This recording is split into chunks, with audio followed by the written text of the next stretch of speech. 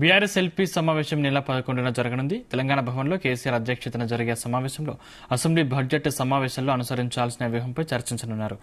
ఈ నెల 12 నుంచి అసెంబ్లీ బడ్జెట్ సమావేశాలు జరగబోతున్నాయి.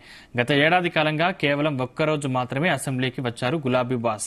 అయితే ఈసారి మాత్రం అసెంబ్లీ సమావేశాలకు ఎక్కువ రోజులు రావాలని కేసీఆర్ భావిస్తున్నారని తెలుస్తోంది. పార్టీ రజతోత్సవ వేడుకలను ఘనంగా నిర్వహించేందుకు ప్లాన్ చేస్తున్న కేసీఆర్ క్యాడర్లో జోష్ నింపేలా దూకుడు పెంచబోతున్నారని తెలుస్తోంది. అసెంబ్లీ సమావేశాల్లో కాంగ్రెస్ 6 గ్యారంటీలు, రైతు భరోసా, ఇరిగేషన్ ప్రాజెక్టులు, సాగునీటి సమస్యపై సర్కార్ను కేసీఆర్ నిలదీయనున్నారని గులాబీ నేతలు చెబుతున్నారు.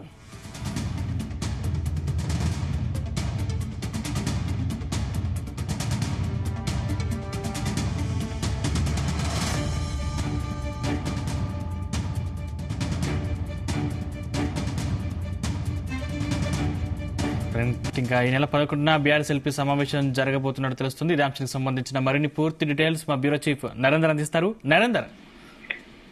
సందీప్, బీఆర్ఎస్ ఎల్పీ సమావేశం ఎల్లుండి జరగబోతోంది. 12వ తేదీ నుంచి అసెంబ్లీ బడ్జెట్ సమావేశాలు ప్రారంభమవుతున్న నేపథ్యంలో దీనికి సంబంధించినటువంటి విశ్లేషణ చేసేందుకు గులాబీ బాస్, మాజీ ముఖ్యమంత్రి, ఆ పార్టీ అధినేత కేసీఆర్ తెలంగాణ భవన్ కు రానున్నారు. తెలంగాణ భవన్ కు రీసెంట్ గా కూడా వచ్చారు.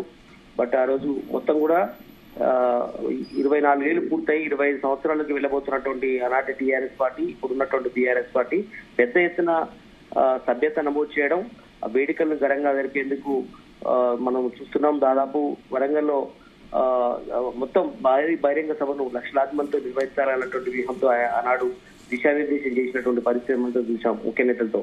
ఇప్పుడు మరోసారి తెలంగాణ భవన్ కు రానున్నారు. 11వ తేదీ నాడు ఆయనే తెలంగాణ భవన్ కు వచ్చి ఇప్పుడు ఆ పార్టీ నుంచి గెలిచినటువంటి కేసీఆర్ తో సహా మొత్తం 38 మంది ఎమ్మెల్యేలు ఉన్నారు. ఆ పార్టీకి 38 మంది ఎమ్మెల్యేలు, 10 మంది ఎమ్మెల్యేలు ఇప్పటికే కాంగ్రెస్ పార్టీలోకి చేరినటువంటి పరిస్థితి మనం చూసాం. ఎమ్మెల్సీ కూడా కొంతమంది వెళ్లిపోయారు.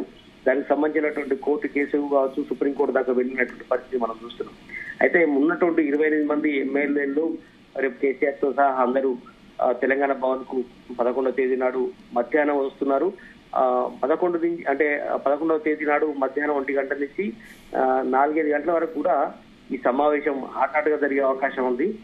ప్రధానంగా ఒకరిద్దరు మినాయించి, ఎందుకంటే గాంధీ కావచ్చు, లేదంటే మిగతా పక్కన ఉన్నటువంటి గాంధీ ఆల్రెడీ మిగతా వాళ్ళందరూ కూడా వెళ్ళిపోయినటువంటి పరిస్థితికి సంబంధించి ప్రస్తుతం మనం చూస్తున్నాం. హైదరాబాద్ సంబంధించినటువంటి ఒకరిద్దరికి అనారోగ్య సమస్యల వల్ల రాలేని పరిస్థితి కనిపిస్తుంది. ప్రజెంట్ అయితే 28 మందిలో ఒకరిద్దరు మినహాయించి అందరూ కూడా అటెండ్ అయ్యే అవకాశం ఉంది. దీంట్లో రాష్ట్రానికి సంబంధించినటువంటి చాలా అంశాలు కూడా 6 గ్యారెంటీలకు సంబంధించి దీంట్లో ఇన్వాల్వ్ చేసే అవకాశం ఉంది. రైట్. Thank you Narender.